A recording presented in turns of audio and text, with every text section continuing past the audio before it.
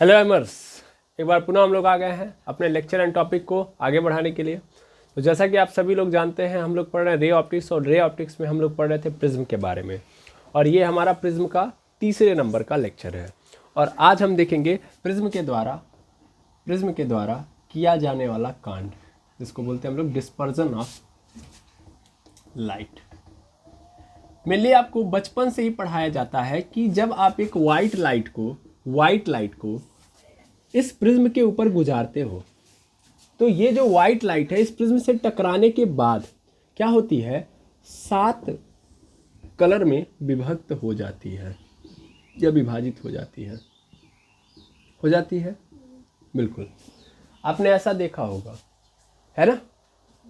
अब कैसे होता है, तो सर ऊपर भी वायलेट, फिर क्या आता है इंडिगो, फिर ब्लू, फिर ग्रीन, येलो, ऑरेंज और रेड, ऐसा आपको देखने के लिए मिलेगा, है या ना। ऐसा आप देखेंगे। मैंने उल्टा क्रम लिख दिया है, एक्चुअल में नीचे से होता है। वायलेट यहाँ पे होगा, ठीक है ना। इसको सही कर देता हूँ मैं। तो वायलेट होगा, फिर इंडिगो, फिर ग्रीन, फिर ब्लू, सर यहाँ पे ब्लू होगा, फिर यहाँ पे ग्रीन, येलो, ऑरेंज, रेड, ऐसा होगा, ठीक है। तो आखिर क्यों ऐसा प्रिज्म करता है, क्या आखिर पावर है इसके पास, कौन सी ऐसी शक्ति है जिसके कारण ऐसा होता है ना। तो एक्चुअल में इसके लिए हमें थोड़ी सी एक बेसिक बात समझनी पड़ेगी। क्या, जैसा कि आप जानते हो कि लाइट जो होती है वो एक इलेक्ट्रोमैग्नेटिक रेडिएशन होती है, इलेक्ट्रोमैग्नेटिक रेडिएशन। और इलेक्ट्रोमैग्नेटिक रेडिएशन का भी मतलब होता है कि सर ये इलेक्ट्रोमैग्नेटिक वेव है, इलेक्ट्रोमैग्नेटिक वेव है। और वेव से भी मतलब ये है कि वेव है तो इसका मतलब इसके पास होगा वेवलेंथ, इसके पास होगा अपना एक फ्रीक्वेंसी, ठीक है ना। वेवलेंथ को हम किससे रिप्रेजेंट करते हैं, तो लैम्डा से। इसको याद कर लो, फ्रीक्वेंसी को हम लोग म्यू से, ठीक है ना, न्यू से, ओके, म्यू नहीं न्यू, ठीक है। अब मेनली ये बातें आपको पता होनी चाहिए, ठीक। अब जैसा कि आप लोग लाइट के अंदर पढ़ते हुए आ रहे हो, तो एक फिनोमेना आपने पढ़ा, पहला रिफ्लेक्शन, दूसरा पढ़ा आपने रिफ्रैक्शन। और रिफ्रैक्शन का मतलब आपको पकड़ाया गया कि रिफ्रैक्टिव इंडेक्स का खेल है। रिफ्रैक्शन मतलब रिफ्रैक्टिव इंडेक्स, ठीक है। और रिफ्रैक्टिव इंडेक्स जो आ रहा है उसको हम किससे रिप्रेजेंट करते हैं, सर रिफ्रैक्टिव इंडेक्स को हम लोग रिप्रेजेंट करते हैं म्यू से, ठीक है। अब किसी भी लाइट का अगर रिफ्रैक्शन हो रहा है तो वो डिपेंड करता है उसके रिफ्रैक्टिव इंडेक्स पे, जैसा रिफ्रैक्टिव इंडेक्स वैसा रिफ्रैक्शन, ठीक है।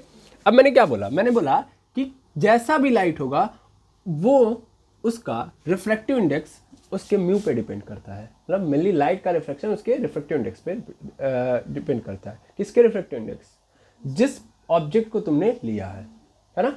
अब एक बात बताओ, दो चीजें तो नजर आ रही है ना, रिफ्रैक्शन हो रहा है तो पहली चीज क्या चाहिए, लाइट, और दूसरी चीज रिफ्रैक्टिव इंडेक्स, लाइट और रिफ्रैक्टिव इंडेक्स। और लाइट मतलब इलेक्ट्रोमैग्नेटिक रेडिएशन, इलेक्ट्रोमैग्नेटिक वेव, इसका मतलब इसके पास क्या होगा, वेवलेंथ। समझ पा रहे हैं। तो लाइट मतलब अब सीधा मैं इससे कनेक्ट कर दिया वेवलेंथ से। तो दो चीजें आ रही हैं, एक वेवलेंथ और एक फ्रीक्वेंसी।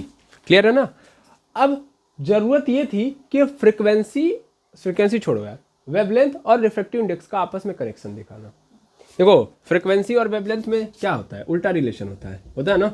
इसमें भी उल्टा रिलेशन है, 1/λ होता है। तो भाई अगर हमने लैम्डा से कनेक्ट करा दिया तो फ्रीक्वेंसी अपने आप कनेक्टेड हो जाएगी, ओके। तो हम सिर्फ एक को पकड़ेंगे, वो क्या है, लैम्डा। अब क्या करेंगे हम, अब एक्चुअल में इनके बीच में रिलेशन दिखाएंगे। किसके बीच में, रिफ्रैक्टिव इंडेक्स और लैम्डा के बीच में। और एक साइंटिस्ट थे जिनका नाम था काउची। क्या नाम था, काउची ने एक फॉर्मूला डिराइव किया था।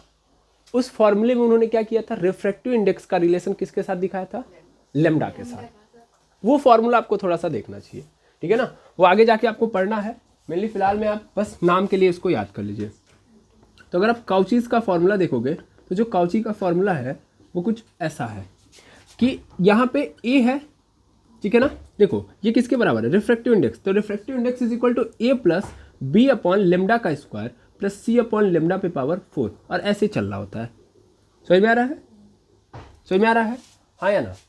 ये काउची का फॉर्मूला अभी फिलहाल में सिर्फ और सिर्फ हमें देखना है, अभी इसके बारे में पीछे आपको आगे जाके पढ़ाया जाएगा। इलेक्ट्रोमैग्नेटिक आपको वेव है, एक चैप्टर आपका पूरा का पूरा है, वहाँ पे आपको इस चीज़ को कनेक्ट करा दिया जाएगा, ठीक है। अगर वहाँ पे नहीं होगा तो मैं पर्सनली आपको पढ़ा दूंगा, विश्वास करिए मेरे ऊपर, ठीक है। क्या कोई दुविधा नहीं। अब इसमें ABC क्या है, तो KBC नहीं, ABC है कांस्टेंट। ABC क्या है, इसमें कांस्टेंट है, ये कोई नंबर है, सिंपल। और ये क्या है, आप देख पा रहे होगे, वेवलेंथ है। अब देखो यहाँ पे रिलेशन नजर आ रहा है, नहीं आ रहा, यहाँ पे रिफ्रैक्टिव इंडेक्स, यहाँ पे लेमडा, रिफ्रैक्टिव इंडेक्स लेमडा, क्या रिलेशन निकल के आया, यहाँ पे देखो लेमडा कहाँ है, नीचे है, और म्यू कहाँ है, ऊपर, मतलब यही तो दिखाया गया है। तो इस केस में अगर मैं देखूं तो मुझे ये नजर आ रहा है, मैं इसको पहले तमाम जवाब को हटाऊं, ये नजर आया इस फॉर्मूले से, जो नजर आया उसको देखना, इस फॉर्मूले से मुझे ये नजर आया कि जो हमारा रिफ्रैक्टिव इंडेक्स होता है वो इनवर्स प्रोपोर्शनल होता है वेवलेंथ के। यस सर नो, वेवलेंथ के क्या हो रहा है, इनवर्स प्रोपोर्शनल, दिख रहा है, उल्टा रिलेशन चल रहा है। वेवलेंथ अगर बड़ा तो रिफ्रैक्टिव इंडेक्स छोटा, ये दिख रहा है कि नहीं दिख रहा है, क्या इसमें कोई दुविधा है, नहीं है। अब जैसा कि आप इन सबको देखते हो, जैसे आपको पढ़ाया जाता है वीव ग्योर पढ़ाया जाता है, तो वीव ग्योर में आपको ये भी पढ़ाया जाता है कि देखो जब हम यहाँ से इधर की ओर भाग रहे हैं तो वेवलेंथ क्या हो रहा है, बड़ा हो रहा है, क्या हो रहा है, बड़ा, यहाँ से यहाँ की ओर वेवलेंथ बड़ा हो रहा है, और इधर से मतलब आप इधर जाओगे तो वेवलेंथ छोटा हो रहा है। सीधा समझो कि ये वेवलेंथ का इंक्रीजिंग ऑर्डर है ना, यानी यहाँ पे क्या है, वेवलेंथ छोटा है, यानी अगर हम बात करें वेवलेंथ ऑफ बी, तो वो वेवलेंथ ऑफ आर से क्या होगा, छोटा होगा, जैसा नो, वेवलेंथ ऑफ आर बड़ा होगा as compare to wavelength of B होगा। तो अगर ऐसा है तो रिफ्रैक्टिव इंडेक्स तो उल्टा चल रहा है ना भाई, जिसका वेवलेंथ ज्यादा उसका रिफ्रैक्टिव इंडेक्स कम। तो ये बताओ किसका रिफ्रैक्टिव इंडेक्स यहाँ पे कम होगा, सर इसका रिफ्रैक्टिव इंडेक्स क्या होगा, कम होगा। रिफ्रैक्टिव इंडेक्स ऑफ आर यानी red is less than refractive index of violet.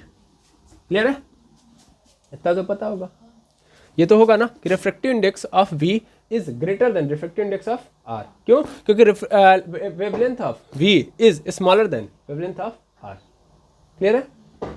अब ये दोनों बातें अगर आपको समझ में आ गई तो एक बात और क्लियर करो। क्या क्लियर करो सर, कुछ और रिलेशन मैंने आपको पढ़ाए हैं, इसके पीछे आपने कुछ रिलेशन भी पढ़े हैं, इसके पीछे मतलब प्रिज्म का एक लेक्चर चल रहा था, इसके पहले वाला जो लेक्चर है जहाँ पे हम लोगों ने थीन प्रिज्म लिया था, और थीन प्रिज्म का हम लोगों ने क्या निकाला था, एंगल ऑफ डेविएशन और रिफ्रैक्टिव इंडेक्स के बीच में रिलेशन। और वो क्या था, तो वो ये था सर कि angle of deviation, sorry refractive index नहीं सर, एंगल ऑफ डेविएशन होगा, फिर यहाँ पे क्या होगा म्यू, और यहाँ पे था R1 प्लस, एक्चुअल में था mu minus 1 into R1 plus R2, था कि नहीं था।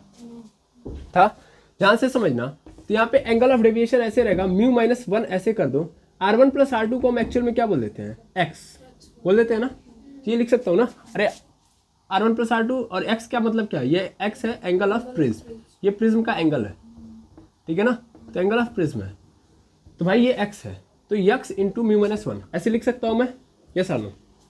अब एक बात ध्यान से समझना, अगर मैं इसकी बात करूं तो एंगल ऑफ डेविएशन क्या होता है सबको पता है, अभी मैं एक बार और फील करा दूंगा, लेकिन फिलहाल में समझो, यहाँ पे अगर म्यू बढ़ा रहा हूं तो ये जो डेल्टा है इसकी वैल्यू बढ़ेगी कि घटेगी। अगर मैं म्यू की वैल्यू बढ़ा रहा हूँ, यानी अगर मैं म्यू इंक्रीज करूंगा तो क्या होगा सर, म्यू इंक्रीज करने का मतलब डेल्टा क्या होगा, बढ़ेगा। मान लो यहाँ पे 4-1 हो रहा है, ऐसे समझो, यहाँ पे मैंने म्यू की वैल्यू क्या रखी 4, तो 4-1 कितना हो जाएगा 3, तो 3x आएगा।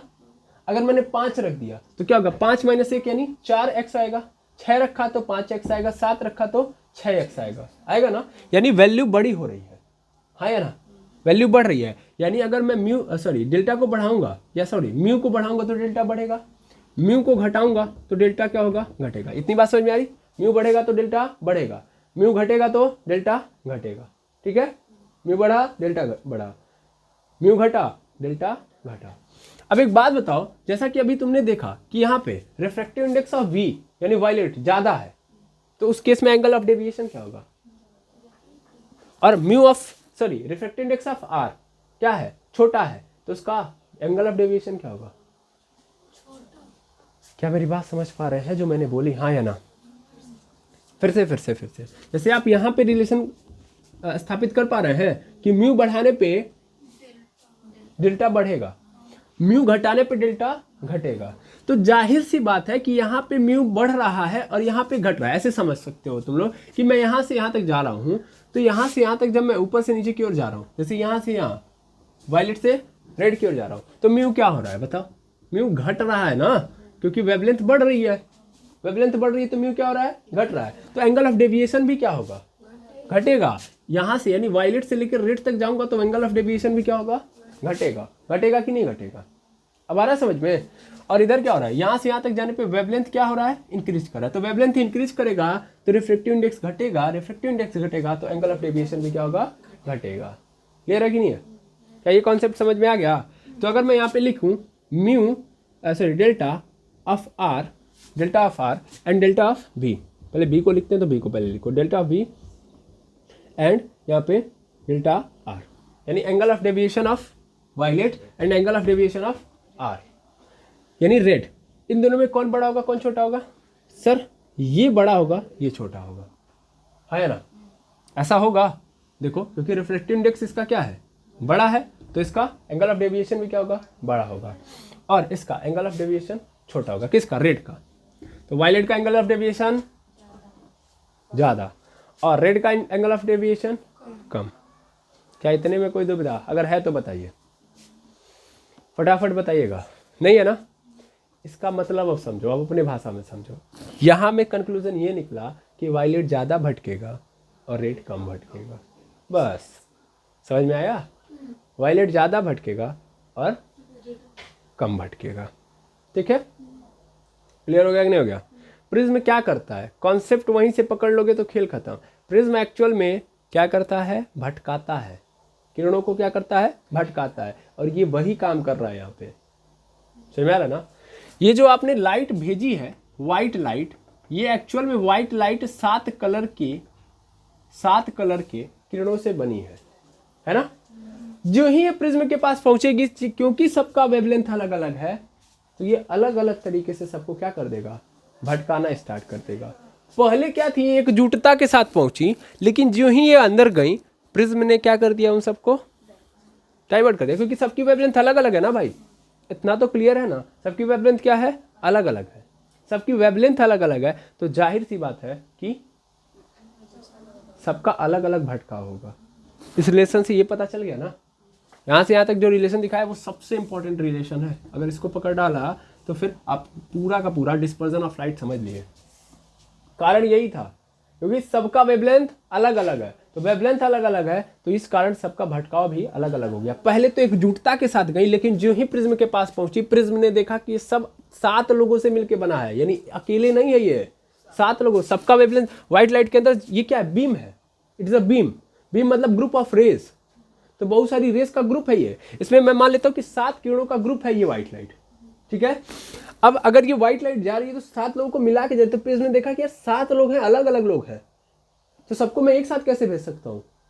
है ना? तो सबकी वेवलेंथ क्या है? अलग अलग। और अगर सबकी वेवलेंथ अलग अलग है तो सबका भटकाव भी मेरे द्वारा अलग अलग होगा। कोई ज्यादा भटकेगा, कोई कम। अब जिसकी वेवलेंथ ज्यादा वो क्या होगा? कम भटकेगा कि ज्यादा?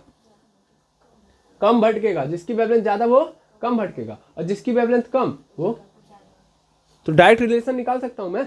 डायरेक्ट रिलेशन निकल गया। डायरेक्ट रिलेशन क्या निकल गया कि भैया जिसका वेवलेंथ कम उसका भटकाव ज्यादा, है ना? और जिसका वेवलेंथ ज्यादा उसका भटकाव कम। ये देखिए उल्टा सीधा समझ लिया आप लोगों ने, है ना? तो नोट डाउन कर लिया जाए। नोट डाउन करके मैं ये बोल सकता हूँ, ये ABC कांस्टेंट है, ये तो पता चल ही गया होगा। ABC कांस्टेंट है। यहाँ पे लिख लेता हूँ मैं कि जिसका वेवलेंथ, अब जिसका मतलब किसका? हमारा, आपका, लाइट का। ठीक है ना? लिख देता हूँ भाई, नहीं तो ये भी समस्या उत्पन्न हो जाएगी। जिस लाइट मतलब तो बहुत कुछ हो जाएगा। जिस रे का, है ना? रे मतलब वेव। जिस वेव का वेवलेंथ ज़्यादा उसका भटकाव यानी डेल्टा कम, है ना? वेवलेंथ ज़्यादा तो भटकाव कम। क्लियर है? और वेवलेंथ कम, वेवलेंथ कम तो भटकाव ज़्यादा। ठीक है, ये याद करना जरूरी था। अगर वो नहीं भी याद हो रहा है, ये पूरा नहीं याद हो रहा है, तो ये बहुत इंपॉर्टेंट है। वो तो हम लोगों ने 3-5 करके कनेक्ट कर दिया है उसमें, ठीक है ना। लेकिन मेन ये रिजल्ट है कि किसका भटकाव ज़्यादा होगा, किसका भटकाव कम। हाँ, अगर ये पूछ लिया क्यों, तब आपको ये पूरा कंक्लूड करना पड़ेगा, है ना। क्लियर है? तो आखिर क्यों डिस्पर्जन हो रहा है समझ में आ गया। लाइट का भटक क्यों रही है, क्लियर है। ठीक है, अब भटकेगी कौन, कम भटकेगी कौन, ज़्यादा भटकेगी, ये भी क्लियर है। ठीक है, तो पहले इतना नोट डाउन करिए, फिर मैं आपको पूरी स्थिति समझाता हूँ।